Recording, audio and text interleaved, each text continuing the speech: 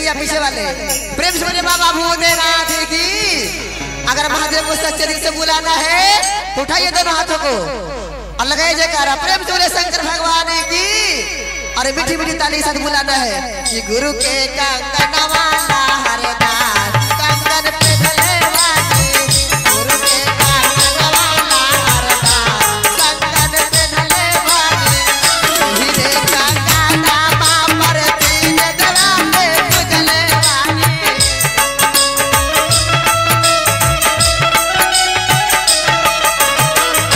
हीरे कंगन पर तीन दरा के उजले वाली।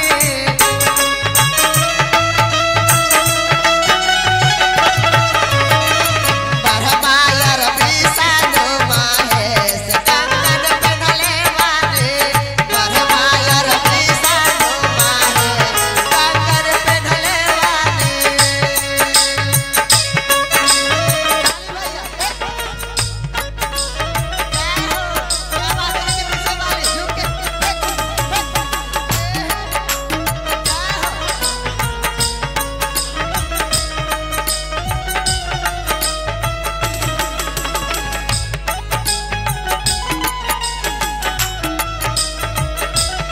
क्या बात है मीठा मीठा ताली भैया।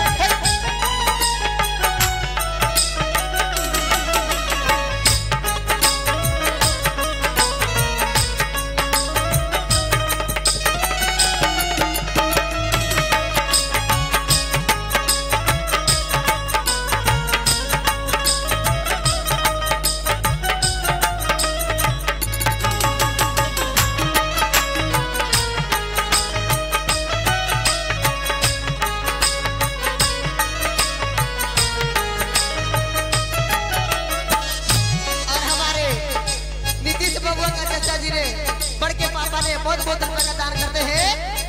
और लाल बाबू भैया ने बहुत बहुत रुपए का दान करते हैं महादेव के दरबार में। तो महादेव इनका सारे मनोकामना को पूर्ण करेंगे। क्या बात है पीछे वाली। अगर अच्छा लग रहा है तो मीठा मीठा ताली बजाइए। कहते हैं कि लिखो ऐसा कि कलम भी मशहूर हो जाए। पीछे वाली दीदी कहते हैं कि लिखो ऐसा कि कलम भी मशहूर हो जाए। और महादेव को बुलाओ ऐसा कि महादेव आने में मजबूर हो जाए। गुरु के कंगन वाला हरदास कंगन पे ढले वाली। गुरु के कंगन वाला हरदास कंगन पे ढले वाली।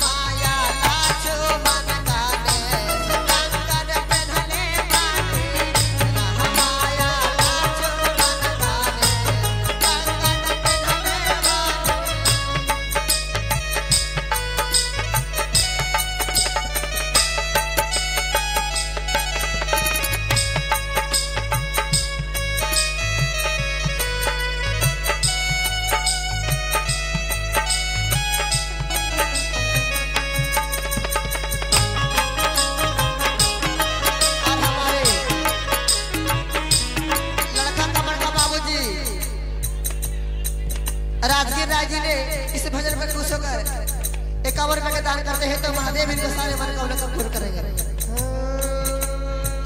गुरु के कंगन माला हरदा कंगन पहनले बाटे, गुरु के कंगन माला हरदा कंगन पहनले बाटे। क्या बात है, ताली भैया पीछे वाले।